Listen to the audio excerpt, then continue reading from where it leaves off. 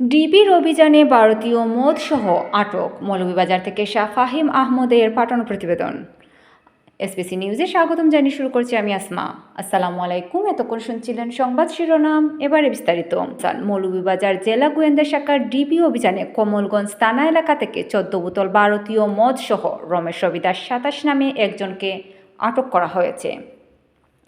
গোপন সংবাদের ভিত্তিতে সোমবার 25 নভেম্বর SIHM মাহমুদুর রহমানের নেতৃত্বে মৌলভীবাজার ডিবি পুলিশের একটি দল কমলগঞ্জ থানাধীন ভারতীয় সীমান্তবর্তী ধলই চা বাগানে অভিযান পরিচালনা করে।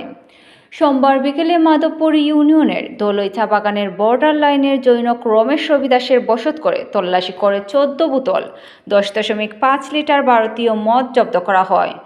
অবৈধ মাদকদ্রব্য নিজ হেফাজতে রাখায় রমেশ রবি দাসকে আটক করা হয়।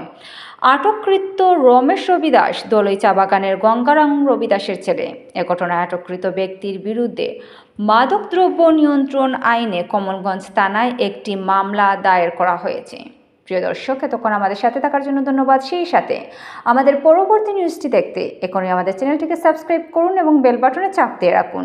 এছাড়াও আমাদের সাথে ইমেলে যোগাযোগ করতে পারেন। আমাদের সাথে ইমেলে যোগাযোগের ঠিকানা sbcnews.tv@gmail.com। আল্লাহ হাফেজ।